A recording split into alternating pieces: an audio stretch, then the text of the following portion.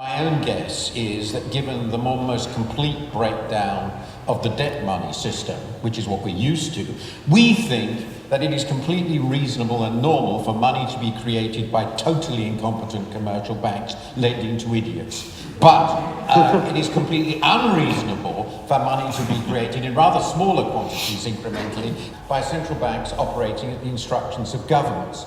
The underlying assumption of this is that the money creation system in the hands of government is lethal and in the hands of the private sector is superb. This is nonsense. Now, central banks is what we have, and at the moment, and I believe for the foreseeable future, we still have plenty of room. The question is, will we run out of that room before our economies recover? On that, I honestly think we don't know. I think there's also been a big change in the past 2 months about the German view on Greece. They wanted Greece out, and I would dispute. They now want, no, they're in, and they're going to stay in, and we'll deal with it down the road. I would never underestimate the ability of the US to be innovative.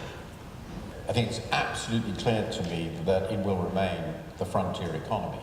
The real issue that people have got to get their heads around is that we are looking at a new China from the China of the past 20 years.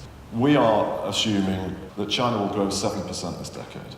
And part of the problem the markets have got, and many observers, is that people are so stuck on the drug of China at 10, they can't get their heads around the notion of China at 7. There are aspects about the cyclicality of what's going on in China that I find slightly bothering. So, everybody has to get things in perspective. We are clearly down gearing in China, but they are trying to adjust to a new form of growth leadership, and in my opinion, showing signs of it. So Chinese domestic consumption is holding up.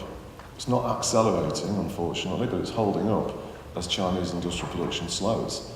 There are three problems with India. It's politics, politics, and politics. Deeply criminalized politics. They infested with princelings, which makes China look amateur. And the structural problems are really serious in terms of both, the twin deficits, the supply side inflation problems that they have, the dependence on oil, which they're now, getting cheap from Iran. They've already got 11 states who've opted out of the retail liberalization, which is very important for food prices.